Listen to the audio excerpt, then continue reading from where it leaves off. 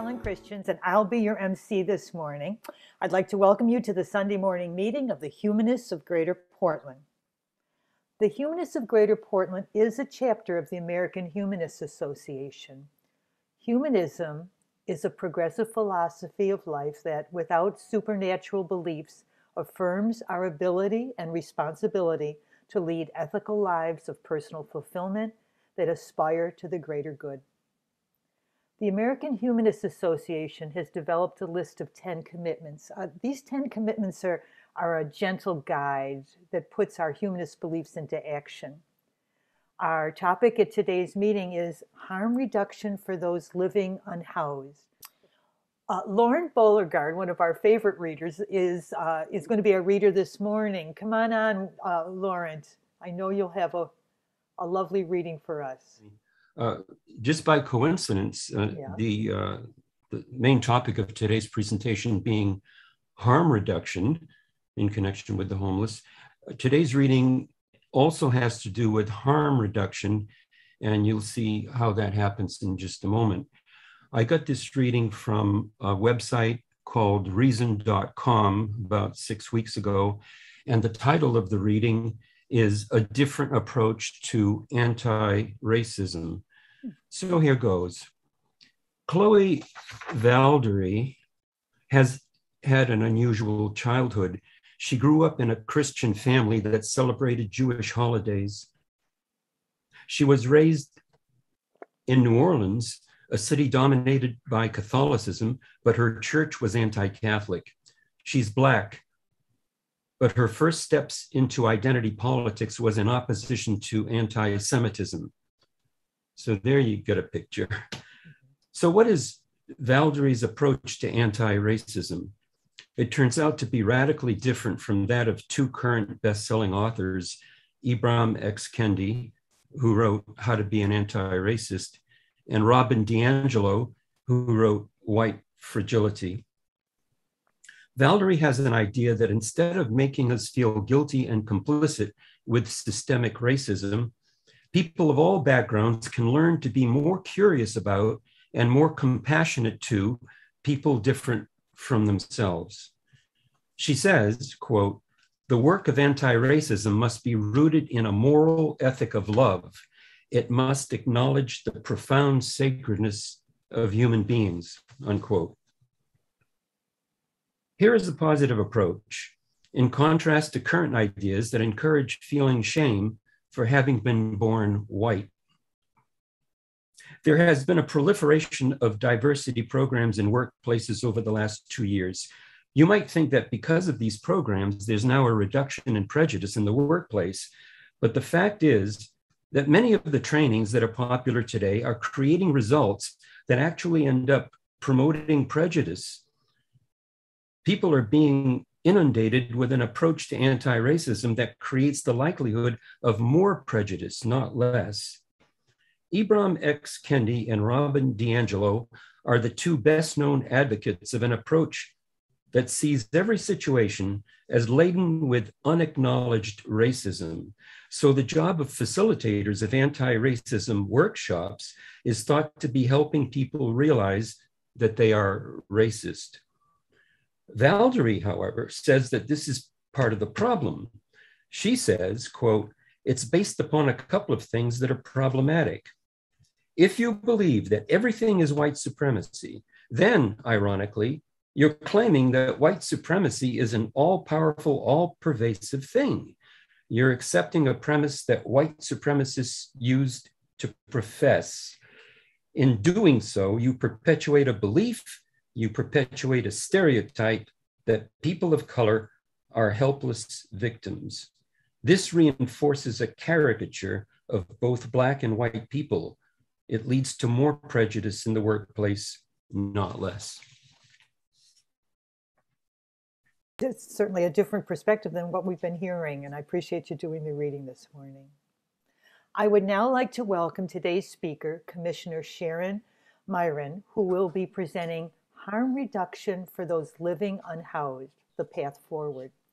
Dr. Sharon Meieran serves as District 1 Commissioner for Multnomah County. She is a former lawyer and is now an emergency physician who practices emergency medicine in the Portland area through the Kaiser system. She uses her experience as an emergency physician to inform her policy and advocacy work. Her key focus areas include behavioral health, housing, homelessness, and community safety. Commissioner Meieran is a member of the board of a Home for Everyone, a coalition of government, nonprofit organizations, businesses, and philanthropy that inform county policy on housing and homelessness.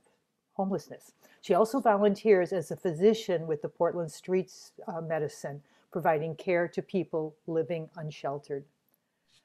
Dr. Meieran graduated from UC Berkeley with a Bachelor of Arts degree in English and Economics. She attended law school at Hastings College of Law and UCSF Medical School in San Francisco.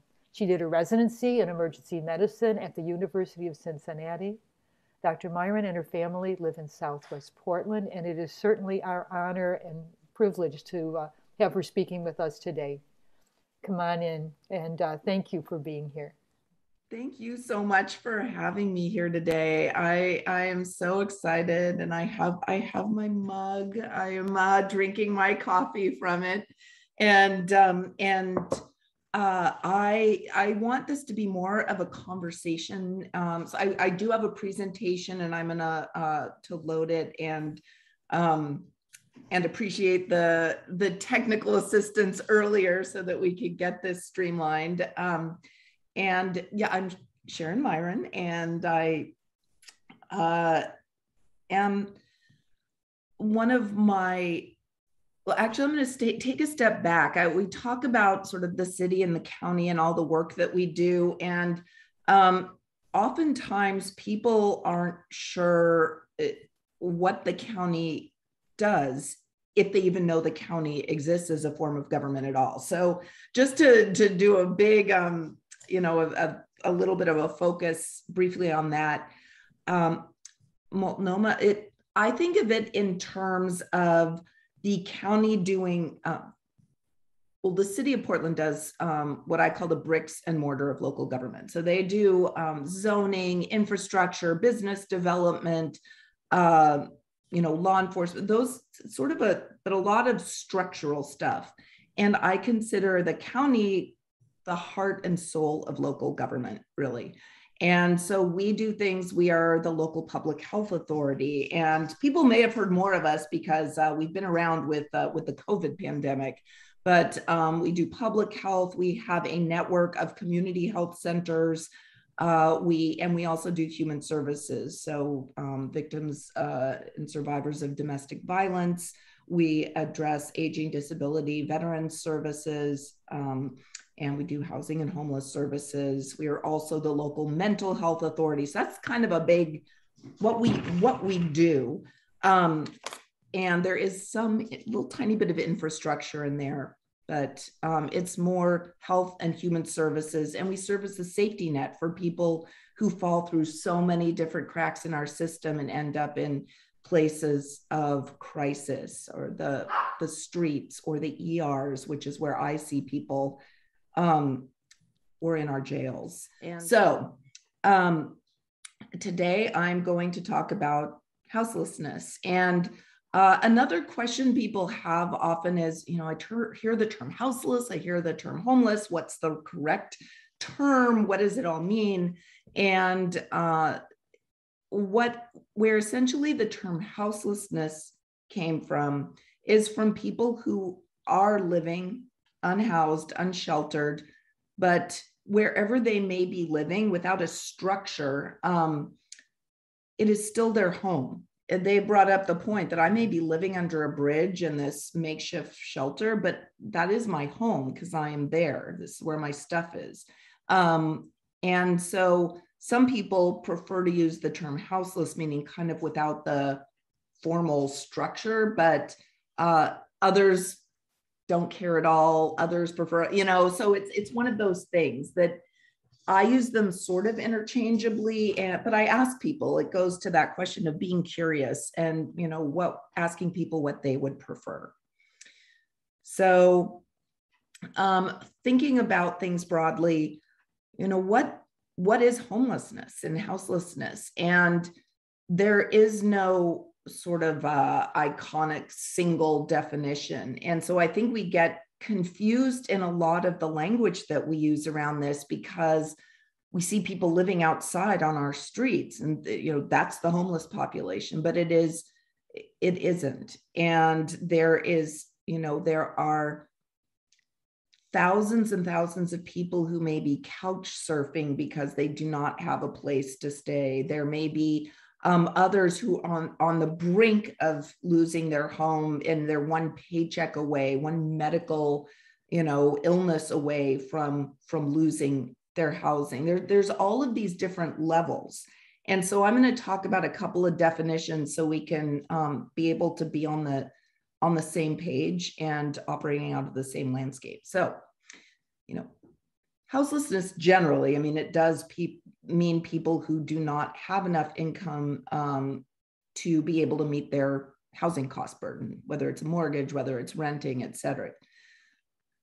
There's transitional or episodic homelessness. So that's when people experience the life event, like I was talking about. So, you have a medical illness and you go into medical bankruptcy and you can't afford your housing. You may have a utility bill that can't be paid. There are a number of, you lose your job. There may be a number of reasons people lose their housing. And often, and hopefully, that experience is transitional. You may have to go to a shelter, but then there are services that help you connect so you can move back into housing as soon as possible. So there's that has a number of policy implications and implications on people that are different from people, say, who are what are called chronically homeless, who are suffering from serious underlying disabilities. And that's often like mental health or substance use disorder, and are unable to sustain their housing. Even if they had the house, even if they had the rent, they wouldn't necessarily be able to sustain that. And so they are living outside for very different reasons. And it's usually, the definition of chronic is people who have lived outside over a year or have had multiple episodes within a year. And so I like this. We were looking at this a little bit earlier as we were talking about the technical aspects of, why people become homeless. And I think this slide really, to me, says so much. It's like the game. I don't know if y'all played or knew of the game of life as a kid. I played that game, and it's like, oh, you get a raise and you move here. This is some of the real game of life for people who are living on the edge. And it is so much that can happen, that you can lose your home. And once you do, you are at risk of, I don't know that I would be able to function living outside. And I personally have some underlying mental health issues. I suffer from depression and anxiety. And if I were living outside, those would probably take over. And then what do you do to deal with the stress of being in that position? And, so you might start to use substances, and it can be a vicious cycle. Making this even harder, this was in 2019, it's even worse now. But for example, the rents for people living in Multnomah County, a single person, are, they're astronomical. And so the rents for someone living in a one bedroom are, up in it's like $1,500-ish average for a one bedroom, even a studio that I heard of the other, it's unbelievable. But what are people earning? What is their income? I mean, social security is, $1,400. Disability is $770. If you have these, that is all of your income, not to mention food, clothing, every medication, everything else. So there is such a mismatch between income and housing cost burden. So in order to deal with homelessness, in order to deal with all of these aspects of housing that are kind of thrown together, have three basic strategies we can use. One is prevention. That is the best approach overall. If you can prevent someone from falling into homelessness, cheapest, best outcomes, best for the person, their family. And so these are things like long-term rent assistance, help with utility bills, like things that can keep people in their homes so they don't even go into homelessness in the first place. The second is shelter. And traditionally, that has been sort of a congregate type of shelter, people living together in a facility. And it should be brief and transitional. It's getting connected to the services, the employments, whatever it may be that people need to transition back into housing, and then they can be okay.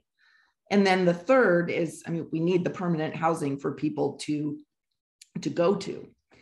And for people, again, who have, suffered a loss of a job, if they can find a job, if they can get something to tide them over, can get into housing, and then they can get back on track. For people who are chronically homeless, suffering from a number of disabilities, particularly mental health or substance use disorder, deeply supportive housing is the best long-term solution. That's been shown time and time again. So it's housing that is deeply affordable. And then there are services that wrap around the housing and the person so that they are able to sustain that housing, that the services go to them, because navigating our services right now, it's virtually impossible, even if you have every resource in the world. And so we have in early 2019, so almost 3 years ago was the last time that we even counted how many people were living outside. And this is a very inaccurate estimate, but each 2 years, a cadre of people get together. It's volunteers, it's service providers. Many of you on this call may have actually done this and gone out there, but it's the same week a year, and you go out and you count people and you talk to them. You say, hey, where did you come from? Where are you living right now? And you do a count. So it was around 2,000 people who were unsheltered as of almost 3 years ago.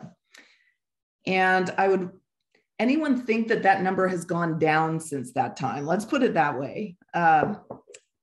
It hasn't. Estimates now, and its only estimates, are that things have substantially worsened since 2019. There's at least a doubling, tripling, quadrupling even of that number. And we see that. And the impacts, we see it in particular, we see the racial inequities here.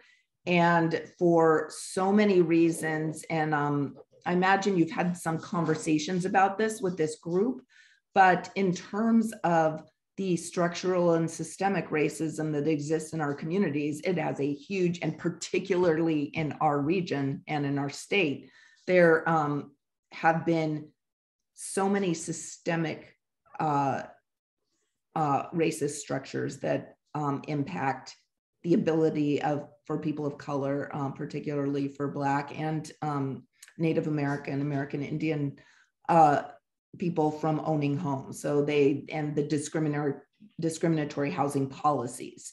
So they are unable to build wealth in the same way. They can't live in the same places. They can't afford the rents. And so they are also, again, because of these systemic racism issues, and that applies to healthcare in a huge way.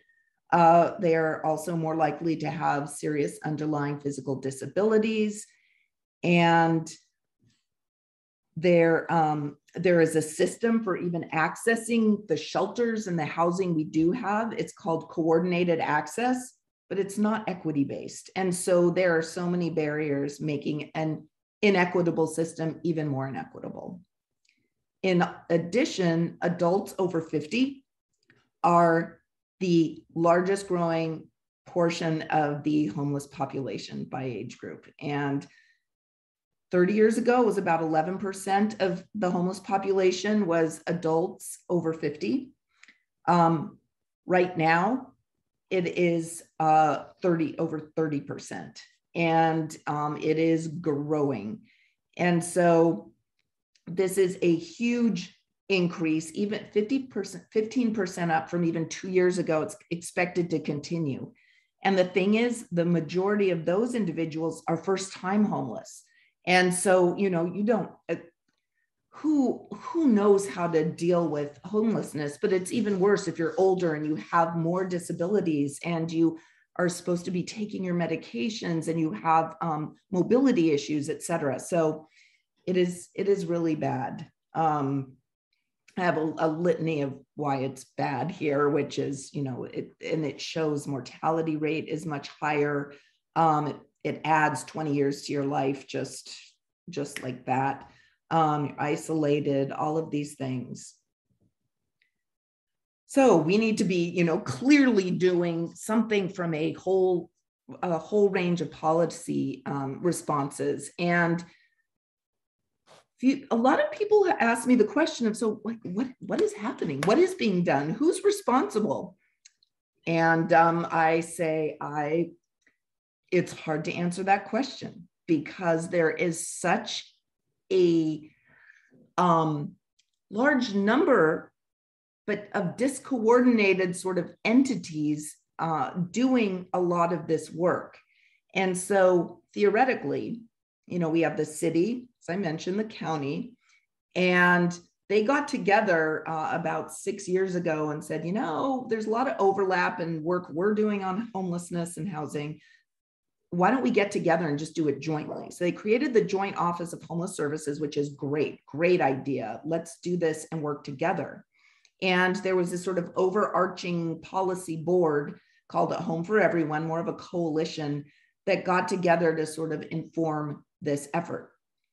However, as it has played out, it is very, very confusing, and there is no single decision-making body. There's no one to hold accountable, and a lot of people are missing from the table of that A Home for Everyone policy board. And the joint office has, there's not representation from, say, public health. That seems to be related from my vantage point. For me, everything is health. I'm an ER doctor, so it's all public health and we can intervene, but public health isn't at the table. Mental health, behavioral health, substance use, addictions isn't at the table. Our homeless urban camping group is at the city, not at this joint office. So how are we thinking about this holistically when we have such a fractured system? That's one of the big issues that continues to challenge us. And I have been really pushing for that holistic approach, because unless we do this work holistically, we aren't going to be able to do the work we need to. And so there's a couple of things coming into play, and I don't want to get to, so in the weeds, and I'll be happy to answer questions about these, maybe is the best way to do it. But there's the supportive housing services measure, which goes to the fact that I mentioned earlier, people chronically homeless who have the disabling conditions, that we need wraparound deep supportive housing. So how do we do this? How do we pay for this? The taxpayers of not only Multnomah County, the metro region, the 3 counties, generously came together and authorized a measure providing over $2.5 billion over 10 years to provide the services people need to really get off the streets. In addition to the other work the Joint Office of Homeless Services does. And they prioritized equity, the supportive housing, behavioral health, and providing different kinds of shelters to meet people's needs for people living outside. Because I can tell you, and this is where coming at this from not only the policy perspective, but the front line as a volunteer with Portland Street Medicine, I actually talk to people living outside. And I talked to people in the ER, and they expressed to me what it is they would like to see. And they're like, I'm scared to go to one of those big shelter places. It doesn't feel safe. I get my stuff stolen. If I'm a woman, I could be assaulted. There's a variety of reasons people don't feel comfortable going to indoor shelter. So what is it people need? And talking to them about their needs. So, and despite all of the investments that we have right now, we talk in terms of hundreds of supportive housing beds we're going to be adding to our system. And as I mentioned earlier, there's probably at least 5,000 to 7,000 people living outside. So kind of doing the math, we have a whole group of people living in the conditions that we see every day on our streets. So that's why I like to think of what we do in terms of the concept of harm reduction. And that's a public health concept. And it's saying, given that a certain situation exists, it's an unhealthy condition, maybe it's substance use disorder and addiction. That's a chronic illness that people take time to recover from. And there's sort of a relapsing component. But what can we do, say, if someone is addicted to drugs, to prevent additional harm as given that they're going to be using? And that's things why we do needle exchanges, so people have clean needles and aren't, getting diseases. It's why we have other elements to reduce harm.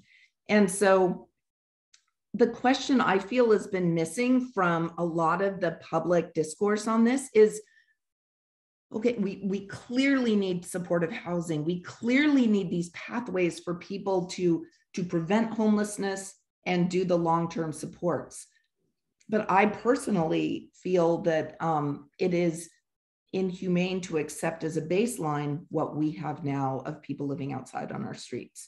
And so I approach the question, that separate question of how we reduce that harm experienced by people living outside, which does impact our entire community. And it's okay to say that this negatively impacts our community as a whole, along with obviously the most impacted of the people experiencing houselessness.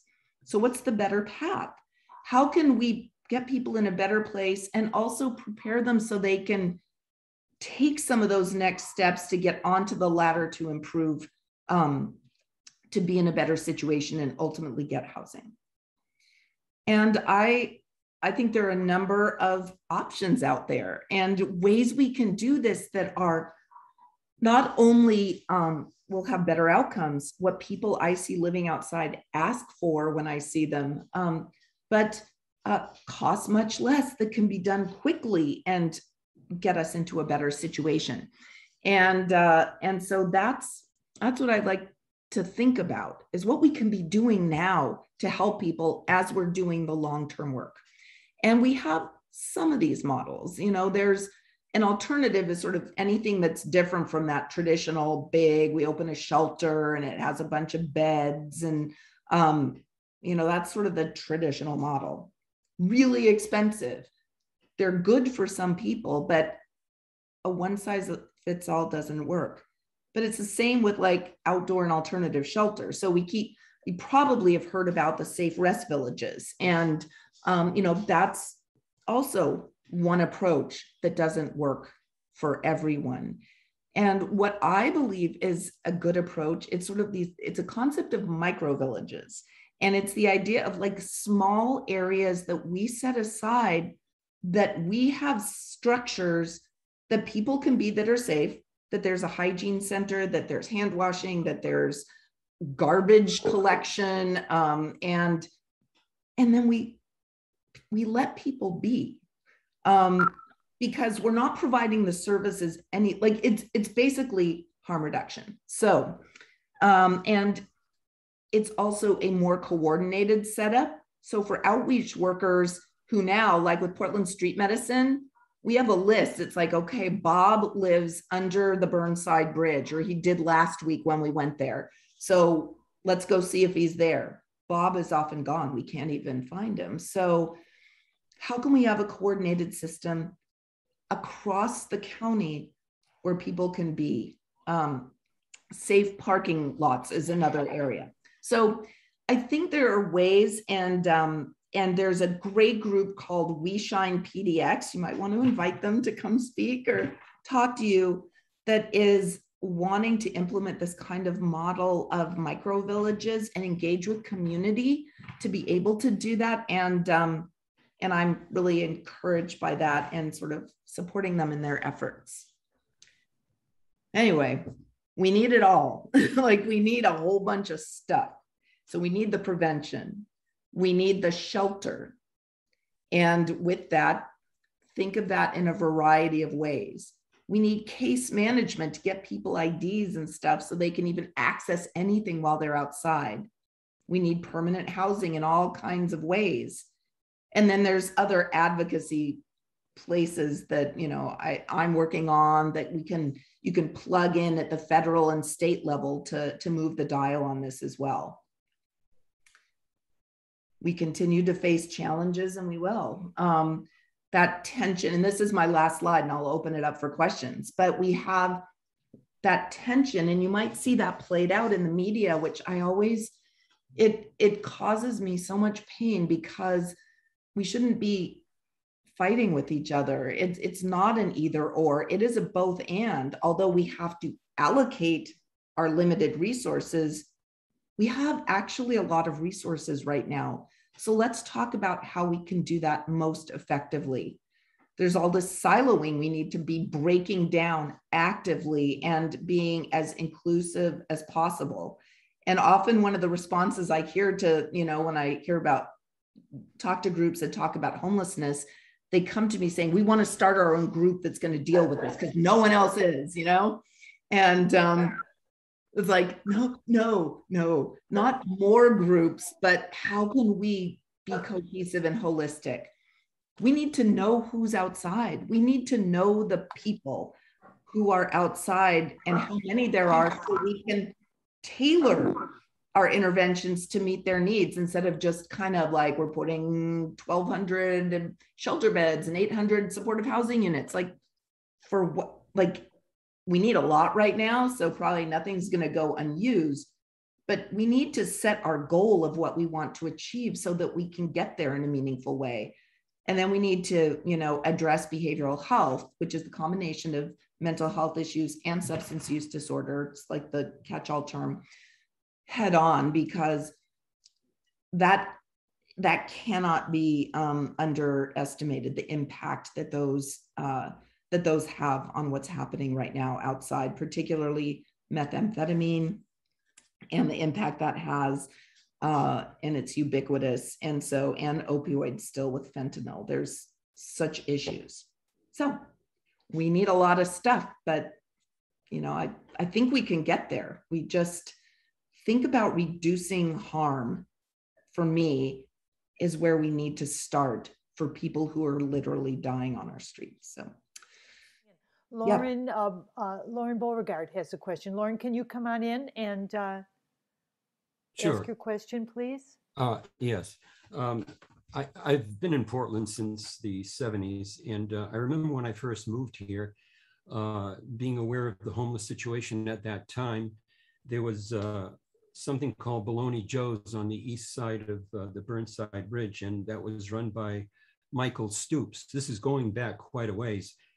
What I'm wondering is just to get a sense of the difference between what the homeless situation was like in our area back in the 1970s and 80s for that matter, and then I lost track, and the way it is now. And the reason why I'm raising that is because I've had occasion to drive to the east side just a couple of days ago, and I've noticed something that I had never seen back in the day, and that's all of these makeshift tents that are right out there on the sidewalk, many of them.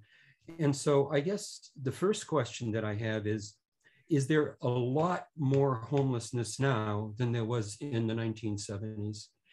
And then the second question would be, is there no room for anything remotely resembling Baloney Joe's and a Michael Stoops kind of thing, is it really up to government to look after this? That's yeah, yeah. No, and I appreciate that.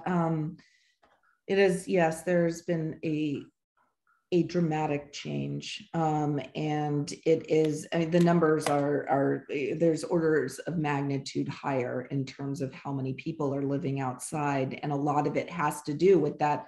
I mean, first of all, just the math equation of, in the 1970s, there was a lot more of a matching of income and cost of rent or cost of purchasing a house. Right now, you have a lot of people whose income is fixed, especially, at certain levels, and rent is skyrocketing. So it double and triples people's income, and you think about income should be, average median income should be, be allocated about, you pay 30% of that toward housing. And right now, people are paying 70, 90, 100% toward housing, and it's not sustainable. And so people have been losing their housing in huge numbers. So that's one thing. In terms of what people experience living outside, and in the 70s, there was, it was alcohol. If you talk about addiction issues, there was sort of, I think there was, heroin back in the day. There was. And what was that? Oh, there certainly was. Yeah. But there's, the things, but there were ways to sort of ways to approach heroin addiction that, and alcohol use that are very different from what we are facing today. So we have huge, much higher numbers.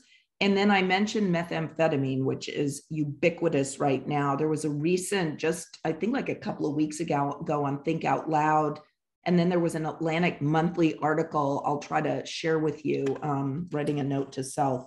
But that talks about, in Mexico, it's not even cartels anymore. There's a way to easily make meth, make it super cheaply, and it is flooding our markets. It's like water, and it is a really bad actor because it induces psychosis and makes people paranoid, delusional, thinking, conspiracy theories, that can't engage, and isolationists. So it fits into this sort of tent kind of thing that we're seeing, where people get into these compounds and then hunker down in their tents, and it makes them able to cope with it too. So it's like this vicious cycle, tremendously addictive, and it induces violent behavior, criminal behavior, and permanent psychosis. It is a horrible actor and has tremendous impact there.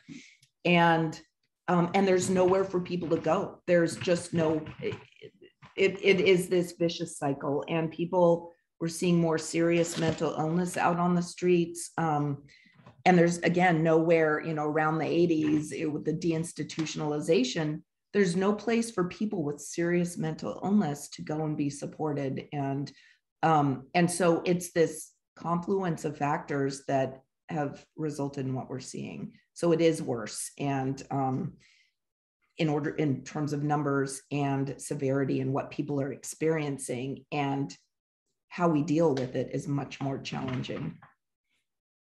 Thank you. Sorry to be Debbie Downer. Like there's hope. I think that there is hope, but it's challenging. Jeff Strang has a question. Come on, Jeff. Yeah, hi, Sharon. Thank you for this. Very nice.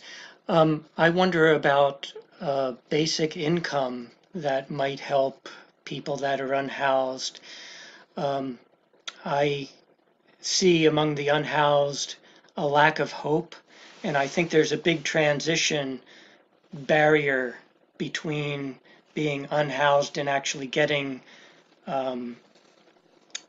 sustained housing. And I just wonder about a basic income for supporting something like that.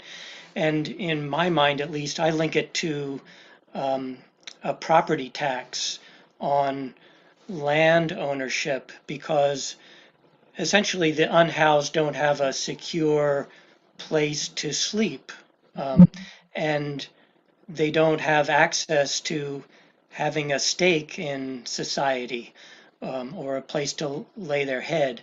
And if the people that own land privately could be taxed more so that they don't get that unearned, keep getting that unearned income from unearned land price inflation, that's more something that the government would siphon off for social service and basic support. That's where that money would come from.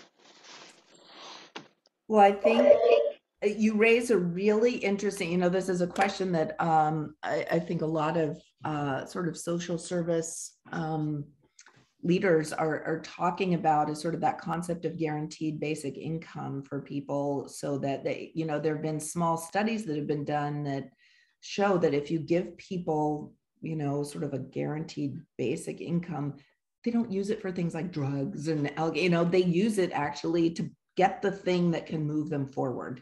And, it's like, oh, I can finally make a car payment so I can get to work, so I can do, this, or get the washing machine. Like there's, that's something that is actually being entertained at Multnomah County. We're thinking about that in terms of the funding mechanism for that. I think I'm from California originally. I'm one of those people, but and California has its own property tax issues, but Oregon in taxing is, and I did live in Ohio, I've been in other places, our tax structure is so out of whack. And the way that, taxes are determined and things are written into the Constitution, and like we have very limited ability to raise revenue.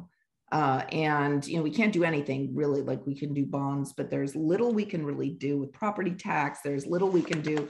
And right now, the appetite for that, like I think that the supportive housing services measure was aligned in some ways with what you're talking about, in the sense of we will have a dedicated revenue stream for at least for the services that people need to help them be supported and kind of get them in that stepwise way where they need to be. But I'm seeing so many issues with how that is being used and accounted for. And, we've had so many tax measures that it would take, and so many needs, I think, that people see, it would take a lot at this moment in time to get to a point to be able to pass that. But that's not to say that we shouldn't be looking for ways to fund that kind of approach. And I believe, like I said, there's going to be some pilots that we're looking at the county to say, okay, what does this mean? How can this impact people? So I think it's a great idea. Jill has a question which I'll read. You said there was no accountability or coordination of services in the Joint Office of Homeless Services. Is that because these haven't yet been developed, or because there is disagreement among members on how to set this up? That is a very astute question. And I do sometimes speak in hyperbole in my, and I kind of, like when I do say things and it's in my personal life, it's my, when there is some account, like it's not that it's complete anarchy and there's no ability anywhere for anything, or no coordination or outreach. So I appreciate that was called out, because there is some, but it is hard in the sense of what I consider accountability. There is not sufficient, and I would point to the supportive housing services measure, and it's because it goes to not having the outcomes we want to achieve, so we can say, here's what we're getting for our money at different points along the way. Like, I think of it simplistically in terms of like at PTA meetings or something, like the thermometer that goes up, that's like, we want the new books in our library and we need to raise this much money, and then you can see it sort of go up. We don't have that basic kind of structure, and what we do have is not transparent and shown to the public. And so that's the kind of thing I think about in terms of accountability. I mean, we do know that where dollars go to, but I'm not sure we tie it to the outcomes we're trying to achieve. So that's the kind of accountability I'm thinking about. And in terms of coordination, it is not, hopefully there's effort for it to be developed, but I feel like there's not a focus on that personally, that there's a different sort of, which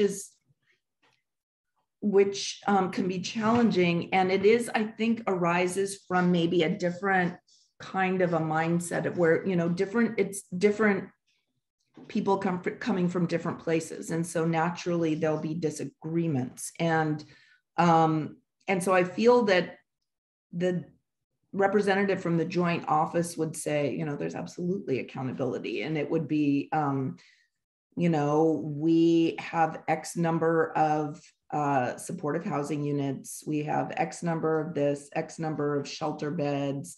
We're buying, we spent $7 million just on Thursday. We approved this to buy, to improve another indoor sort of shelter renovation. And so we're going to be doing that. That's where $7 million are going. We can show you where these things are going, but I think I and some others have a difference of opinion. And a lot of people I talk to have a difference of opinion on what accountability means in terms of using those funds. So that is it's a conversation that is being had, and that is increasingly being elevated. I think it just has not been prioritized.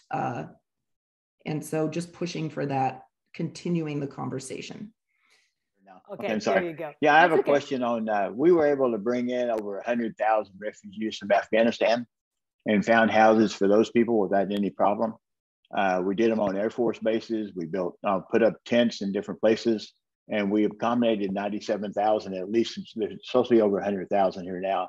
And we didn't seem to have a problem doing that. So why can we not do something like that on the bases, military bases around the country to help? And also, I understand that there's a lot of FEMA trailers that are being auctioned off for pennies on the dollar because they have so many now. And there's a lot of places that are selling those really, really cheap that we could buy instead of building new homes or anything, buy those FEMA trailers from the government and set those up. And it's just save us a lot of money, and they're in pretty good shape compared to what it would cost to build, buy one outright. They're like $65,000 new, and they're selling them for in the low $5,000.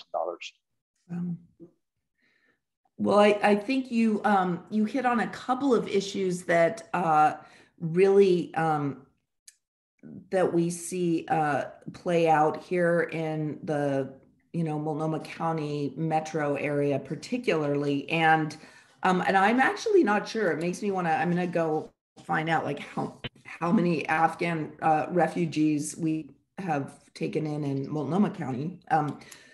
But I think you raised such a good point. I think some of the challenges that are faced in terms of, like I said, the people living outside right now, some estimates, it's like up to 80% are suffering from severe mental illness, addiction, or combination. And it's a different set of needs. A lot of the people that are living outside on the streets could not bring them into a home. I as a landlord, if I were a landlord, I would not want to be housing some of these people at this point not because of their failings, but because of this stuff. They will destroy the home. They can't be there. They can, and the Afghan refugees are not going to, you know, so it's sort of a different, looking at some apples and oranges in some ways. But for similar reasons, probably the military bases would not be the places that people would want to go. But this is interesting about the FEMA trailers that I want to look at, and you get to the crux of, you know, that short-term versus long-term. Like, at what point, you know, the people who want to do supportive housing and put all our resources there say that anything spent on a short-term solution is not being spent to get people permanently housed. And so that is a waste of our resources. We need permanent housing. And I say, yes, we do.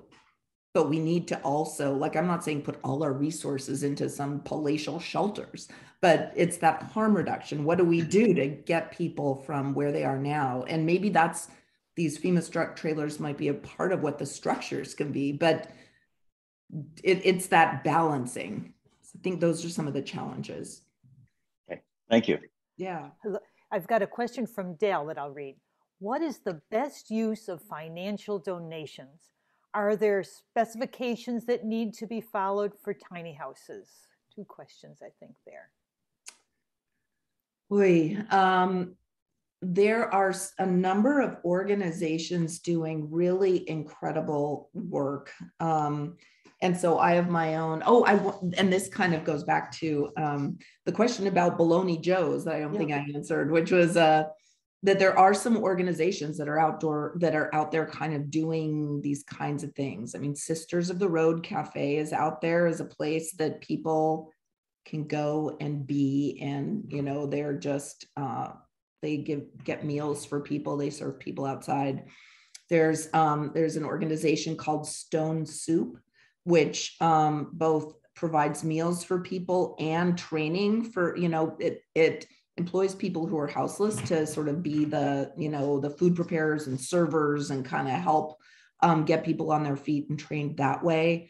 Those are a couple of great organizations. Blanchet House does amazing work. I would say Portland Street Medicine. Yeah, of course.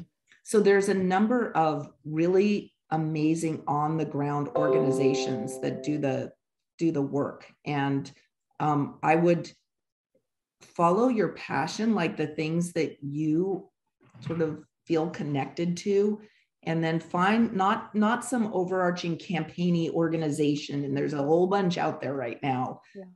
Give it directly to the organizations doing the work on the front line. Could you say those one more time? Just yeah.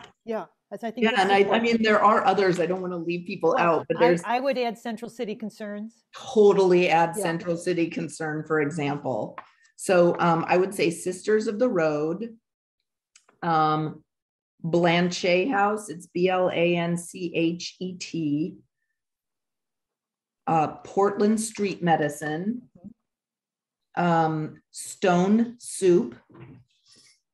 There's Portland Street Books, which is this incredible group that provides library, like goes out and meets people where they're at and gives books to people who are living outside and checks them out. They're incredible. They're an incredible group. There's a book written about them and by them.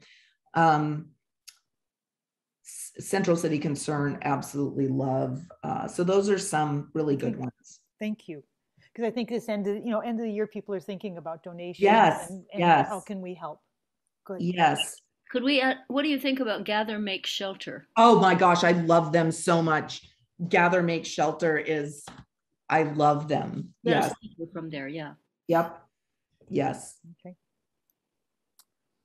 I know I don't want to leave anyone out of this is a good list to get us started Yeah. and keep people.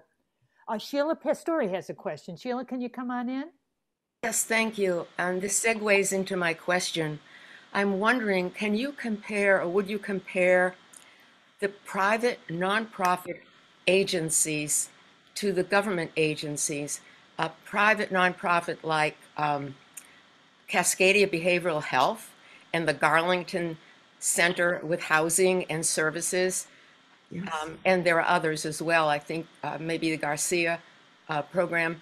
But how do they fit in, and what do you think compared to government?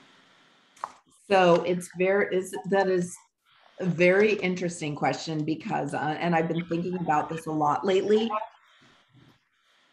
It used to be that the county provided direct services, say. So the county employees would be providing behavioral health services, mental health services directly. We would own the building that would do these types of things.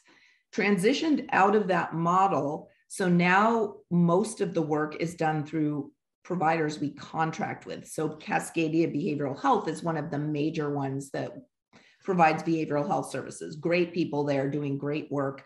And then they kind of will finance like the building with supportive housing, but with a lot of funding coming from the county. And at what point does that become like, what is the sort of interplay there with non-governmental versus governmental? How does that tie into workforce, which is actually one of the biggest issues we're facing right now, because the nonprofits do not pay their workers as much. This is nothing against them. They don't have the resources. None of them. Is across the board. This is not like, oh, Cascadia or anything, but they don't pay as much as the county does, because we don't pay them as much as it would take to pay their workers enough. And so how does that play out? And there's a lot of interesting questions there, but there is I'm not sure what the right answer is to it. But it does make sense when we have like organizations with such expertise to be doing this kind of work and supporting them, but we need to be supporting them appropriately. And then at what point, if we're supporting them enough and we're paying for the all of this stuff, at which point is it just a governmental organization? I see. I think I made it more complicated than you asked it, but I just really want to know, do they help? I think yes, I think that they do, as long as they are doing it right. We're holding them accountable, and they're a value added, like that they're doing something that we can't do in a way we can't do it. And right now I would say they absolutely are. So yes. L. Christians has a question. Yes. When I just take two numbers, I heard you say the $2.5 billion and 5,000 people on the streets right now, and just do the math, that's $500,000 per person on the street over the next 10 years. So of course, there are going to be more people going on and off the streets over the next 10 years, but still the money seems to be enough to at least put a dent in the problem, put a big dent in the problem at 2.5 billion for a problem that's on the order of 5,000 to 7,000 people now, unless the problem gets much worse. But the question is management, I guess. We've got Dan Ryan was last year was making he was pretty much put in charge of this thing for build these, and he came up with this safe rest villages idea, but that's going very slowly. Does anybody know how to manage something this big over such a long period? Is it like is it a worse problem than putting a man on the moon? Has any country in the world ever solved this kind of a problem anywhere? I'm thinking, well, how about Western Europe after World War II, or even Portland in the 1930s? There was a huge homeless camp down on where the South Waterfront is now. Yeah. Where did all those people go? Can we duplicate what we did for them? Yeah. But why isn't there some kind of a really big structure of management to make sure this $2.5 billion doesn't turn into a debacle that turns people against public solutions to these problems in the long run?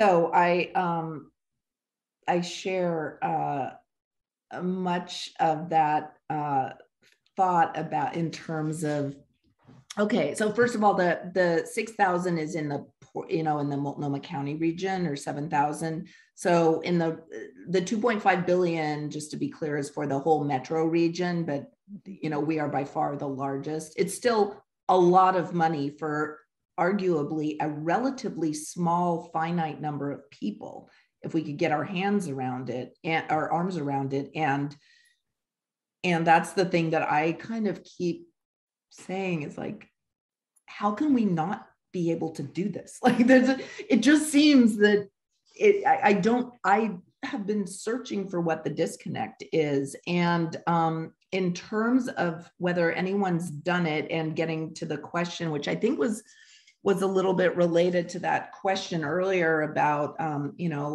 what's different from the 1970s, what's different from the Afghan refugees who are coming in. And what's different is a lot of the challenges being faced now by people who are living outside unsheltered have to do with a lot of issues that were not present in those populations in the past in the same way. And it is methamphetamine and fentanyl. It is like the pervasiveness of just serious, severe mental illness that is not conducive to treatment. It is a sort of the state's approach in terms of mental health issues, which I think this is a conversation that needs to be had as well, which is the idea of how, at what point do people's civil liberties, what point do you say, no, you don't have the freedom to go outside and die of hypothermia on the streets because you don't understand that what is happening? Can we do something to intervene so that maybe you can get to a point where you can make those decisions? But right now, Oregon has like we can't do anything against what people's will, but it's leading to people who maybe, if they had the capacity to realize it, wouldn't want to be living in the situations they're living in. There's a lot of complexity there, and it ties into a lot of the drug and mental health related issues that we're seeing. And it makes it difficult to, if we're not acknowledging that and saying, okay, what are we doing about that? Then we're not going to get to the solution. So we're not, again, it in my mind, a lot of it has to do with, we're not setting where we want to get and then going, like, what are the obstacles and overcoming those? It's just, we're building supportive housing beds, and we're going to build a shelter, and we're going to do this, and we're, like this sort of piecemeal, or we're going to do 6 safe rest villages. Like, even if we had the space and did that, that's 300 people out of, again, 6,000 people, so yes. And they're really expensive, but that's a whole other thing. There was one other element of that I really wanted to respond to, but that one's totally just gone. Maybe it'll come back. But when the eviction moratorium or the safe harbor wears off or expires, we are probably going to see a worsening problem. That's another one that we need to get our arms around, so we can prevent people from becoming evicted and just worsening this crisis. Thank you. Suzanne, it looks like you have a question. Can you come in, please? Suzanne? Yes, I did have a question or a comment, but sure. We've been talking about solutions, but I live in inner Southeast Portland, so I'm very familiar with the goings-ons that go on. We've had theft in my backyard, and I just can't count on things. But I am on the streets. I walk my street. I clean my street. I talk to my business people, and of course, there's fatigue, with all this going on. And I'm amazed with the resilience of our business people. I'm really impressed. And the way we support each other, because we're talking, that's important. And so it's kind of a hard subject for me, because it just seems to go in circles, but I'm not being very helpful here. But I do think that one of the triggers for people is when they see so much garbage. And I know we've been trying to get a handle on that. And that's important, because if people see garbage, it's pretty much, they can't handle it. It's too much. Yeah. That's all. Yeah. And I think, I actually think you touch on a couple of really important elements of this whole conversation and issue, which is our business community actually has been amazing. They have leaned in, so many of them. And I think we always hear, in the media, we'll always hear sort of the extremes of all these different groups. And what I found is the vast majority of people they want people to do well. They want to help. They want to be part of the solution, and they want they want things to work. And that includes our business community. And I have seen some incredible groups that have leaned into this, and how they put things together to try to do the things that it doesn't seem government is doing. And I don't think government should be doing this alone or can do it alone, frankly, where we're at. And that ties into part of that conversation about the siloing and who's doing what. It's where do the people who want, and I talk to so many all the time, the people who want to be part of that solution, where do they sort of jump in so that we can leverage the incredible goodwill and the desire of people to volunteer and be part of that. And we don't have those spaces. And I've been, we could have talk about an army of volunteers who could be out there doing so much. Mm-hmm. And I think we need to harness that energy.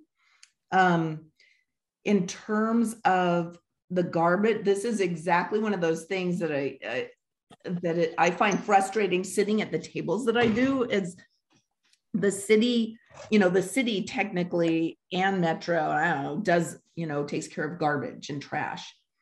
And the county does environmental health, public health, all of these other things. Like we do rats and, the results of trash and garbage and disease and those sorts of things.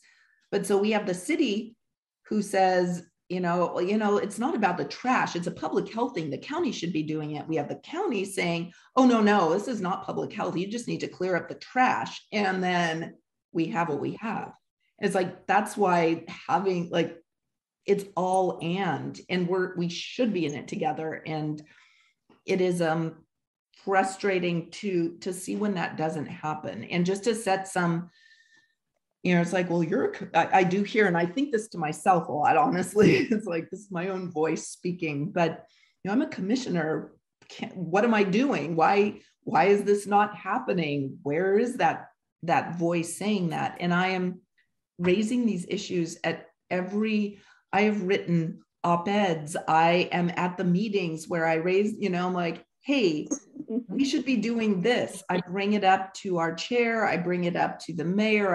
And as a commissioner, a lot of you don't have the power. It's a different structure than it is at the city.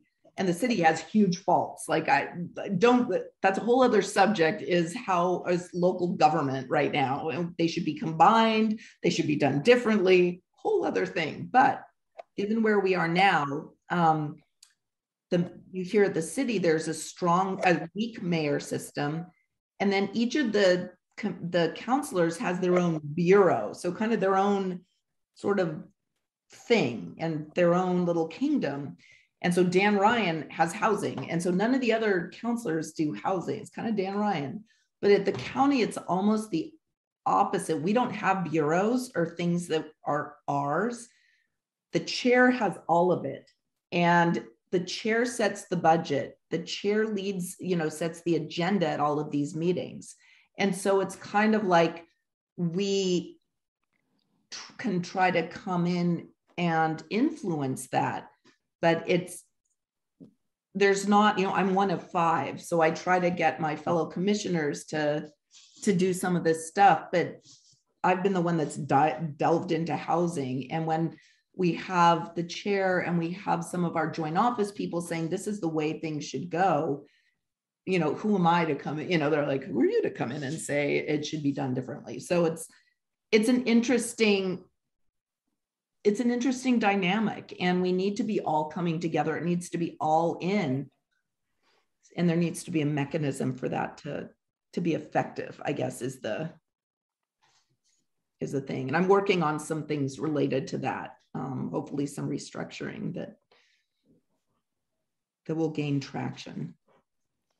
Thank you. I thank you, as I think we do need people that are just saying, we've got to work together. This silo, that idea of silos, it's so that nothing's really getting done, because everybody's, it's your job, it's your job, it's your job, and no one's looking at what's our job. Right, right.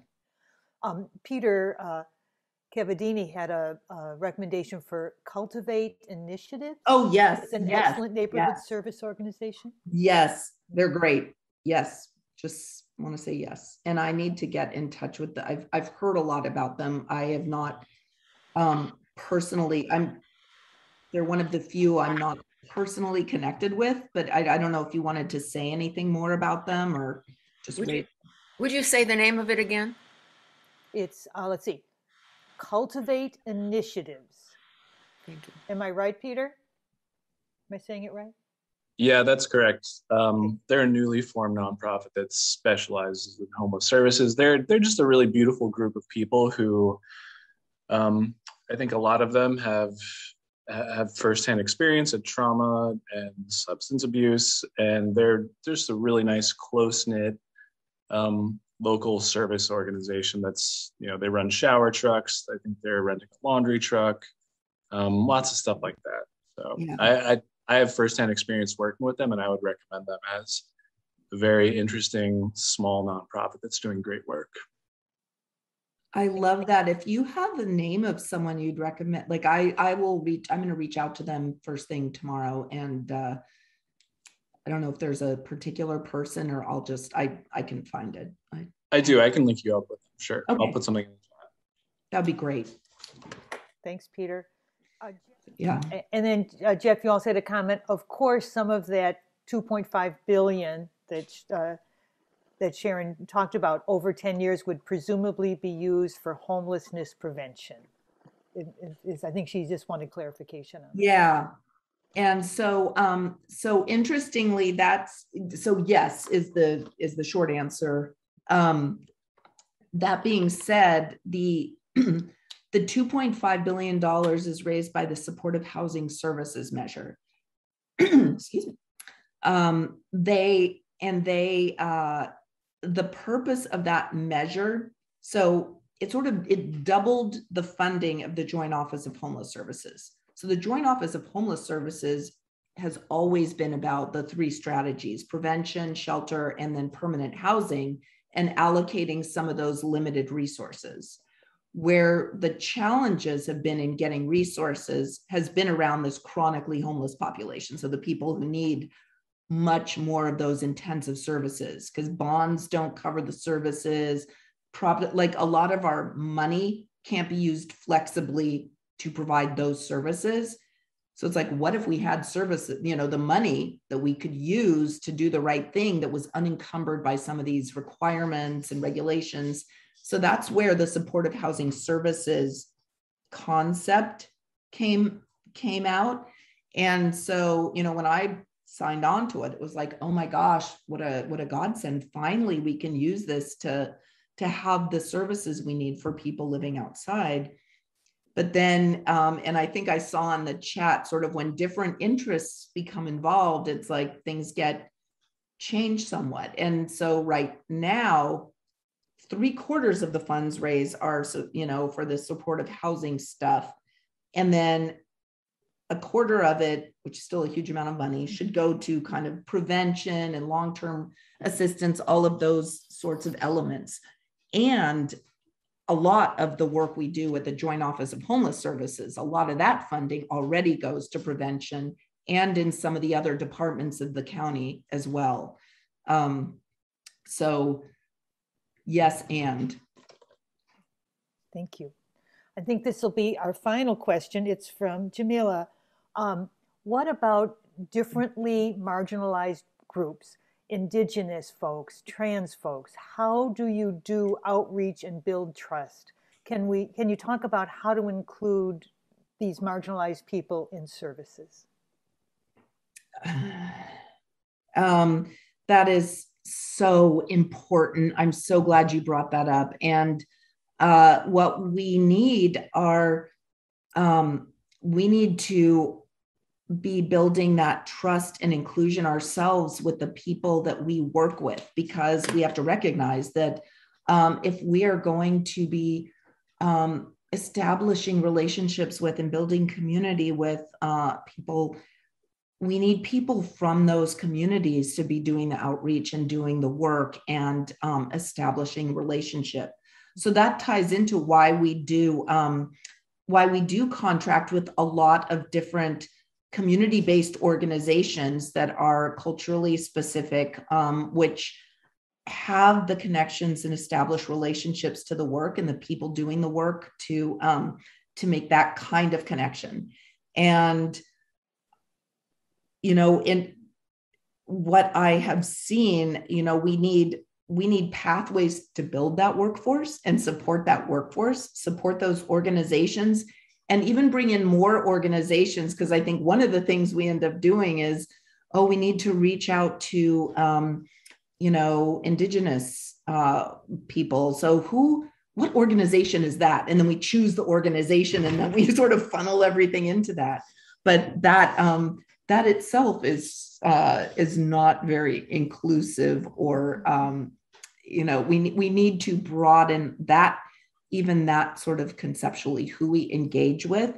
But there are a number of really good groups out there doing some of this work, and a lot of times they're the ones that we are not even, the county government is not actually supporting officially, though we do some work with some of those villages. For example, we have an LGBTQIA plus, what you might call a safe rest village that is, has dedicated some staffing there with peers, with people that are, can engage in the community there. We have the Black African American village where people who are Black and African American are in the village and can, have some cultural specificity there. But we need to be thinking much more inclusively and more broadly about how we do that work to make it truly inclusive and bring people in. Well, we have run out of time. I know that you have said you would be willing to stick around for a bit during our afterthoughts, and I think we will. There's other questions we just didn't get to. Peter did put something in chat about a contact person that I'll send, direct you to that. Perfect. But we have a little bit of closing, and we also want to sincerely thank you for this presentation. We don't. It's a silent applause, but we are there for you. So thank you so much for your willingness to come and talk to us about this really, really important message about homelessness and what we can do. It's complicated, isn't it? It's so complicated. It is so complicated. And I have to just thank you for being here and for inviting me here and for asking these questions and recognizing that complexity and, because there is a lot out there right now and it's hard to piece it all together. And I appreciate your inviting me here so much. Well, thanks for taking the time. It was a great beginning, the formal presentation, and then just all these questions we've been throwing at you.